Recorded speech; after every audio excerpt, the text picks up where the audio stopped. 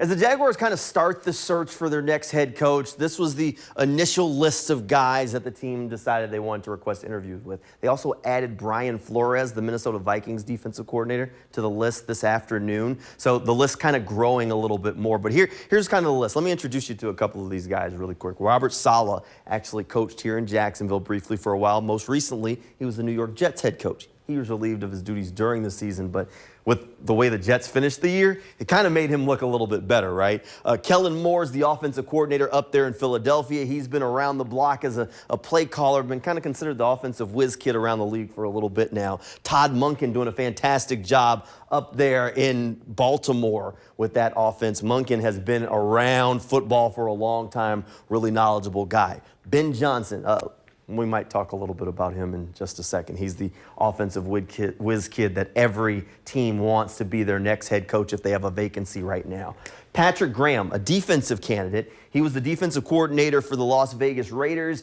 That coaching staff actually has been relieved of their duties. We'll see what's next for Patrick Graham. And as the Jaguars get him in here for an interview, Aaron Glenn, the other coordinator up there in Detroit. He's the defensive coordinator. Actually a one-time Jaguars player. Played for the Jaguars back in 2007. Briefly even got an interception against Tampa Bay. And speaking of Tampa Bay, how about another offensive candidate, Liam Cohen, the offensive coordinator for the Buccaneers, doing a fantastic job there. This is his first year calling the plays for the Bucs and made them a very innovative bunch. And then there's Joe Brady. Joe Brady is the offensive coordinator up there in Buffalo that has kind of got them rolling. This is the group. This is the initial list, including Brian Flores, that the Jaguars are kind of considering for that head coaching opening. Now, I know it's a long list, but overall, let's be serious. Everybody wants the offensive guy, right? So with that in mind, as we talk about the offensive guy, let's take most of the defensive guys off. That leads us to these three guys that are probably the prime candidates on most folks' list.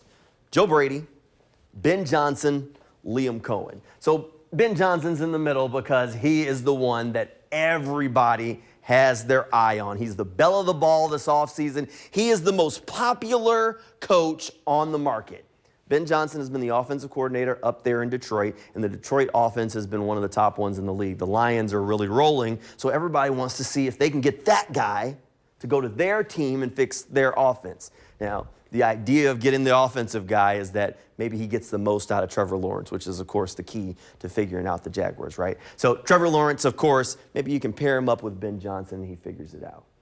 Maybe he can. Maybe he can bring some of that culture that they have up there in Detroit and get the thing rolling. Same idea goes for Joe Brady, who's done fantastic things up there with Josh Allen in Buffalo, and Liam Cohen has Baker Mayfield playing fantastic in Tampa, and that running game in Tampa Bay, whew, they have been doing it this season. So these three guys are probably the offensive candidates. And I know this is the top of a lot of fans' wish list when they talk about coaches. But the more I kind of think about it, the more I keep going back to what a guy told me in the locker room. Tank Bigsby said this as they were cleaning out the lockers the other day.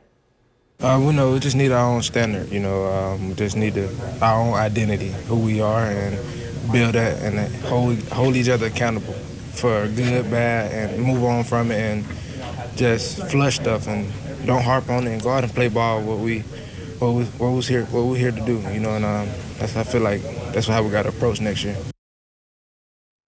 And that kept telling me that they need a guy who can set the culture. Not to say that any of the offensive guys couldn't, but as I looked at the list, I said, who's the guy that makes me the most confident that they can reach that standard, set that standard for the Jaguars and help them set a culture for the years to come? And I kept coming back to one guy, Aaron Glenn. Again, I called him the other coordinator up there in Detroit earlier. That's because, well, everybody wants Ben Johnson, but Aaron Glenn's a pretty good coach too, even though he's the defensive guy and nobody wants the defensive coach. So Aaron Glenn is the name I keep coming back to. And again, played for the Jaguars in those sweet uniforms back in the day. Look, Aaron Glenn's a really good football coach. He's got cosigns from Dan Campbell, his head coach, that's saying he'd love to have him back in Detroit, but thinks that guy deserves a football team. It could be here in Jacksonville. Look, I think the Jaguars' biggest need this offseason, while they got to figure out the offense, their biggest need as they figure out this coaching hire is they've got to find a guy who can set a standard. They've got to find a guy who can set a culture and put it in place and say winning is not just the expectation, but it's something that they must achieve. And they got to put the work in to do it.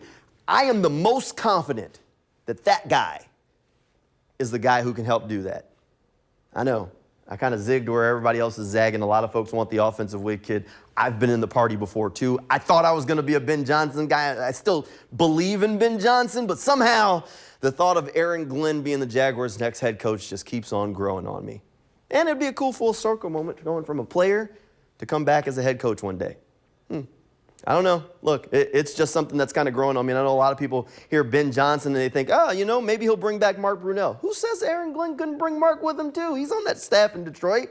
I don't know. We'll see how it all shakes out. We'll talk more about the Jaguars on the next episode of Teal the Show. We're going to have Frank Frangie in the building for that one. That's coming your way on Friday at 11:20 right here on Channel 4. This is going to be our last episode of Teal the Show for the year. I know it's kind of a sad moment, but we're going to wrap up the season, talk about the head coaching search, and talk a little bit about what's ahead for this offseason.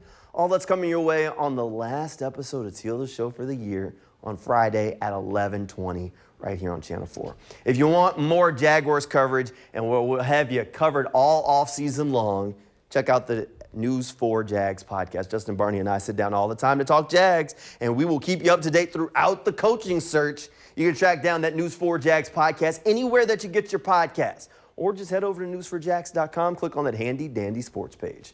That'll do it for sports.